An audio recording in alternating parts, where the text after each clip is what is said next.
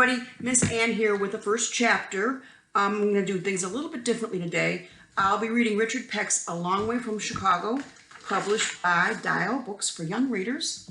And the first chapter is way too long, so I'm going to be reading the book jacket and then the preface. Here we go.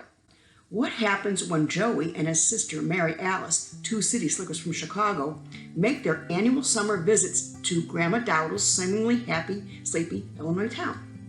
August 1929, they see their first corpse, and he isn't resting easy. August 1930, the Cowgill boys terrorize the town, and Grandma fights back with a dead mouse and a bottle of milk. August 1931, Joey and Mary Alice help Grandma to trespass, pinch property, poach, catch the sheriff in his underwear, and feed the hungry, all in one day. And there's more, much more, as Joey and Mary Alice make 7 summer trips to Grandma's, each one funnier and more surprising than the year before.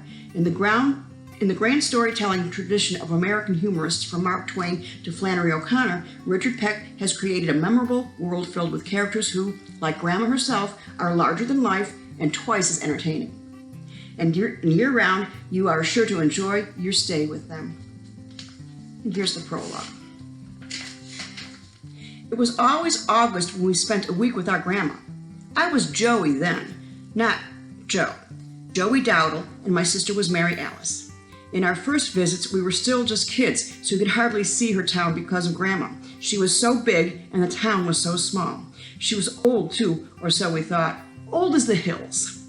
And tough? She was tough as an old boot, or so we thought. As the years went by, though Mary Alice and I grew up, and though Grandma never changed, we'd seem to see a different woman every summer. Now I'm older than Grandma was then, quite a bit older. But as the time gets past me, I seem to remember more and more about those hot summer days and nights in the last house in town where Grandma lived. And Grandma, are all my memories true? Every word growing truer with the years. I hope you give this book a chance. It's wonderful. Thanks for listening.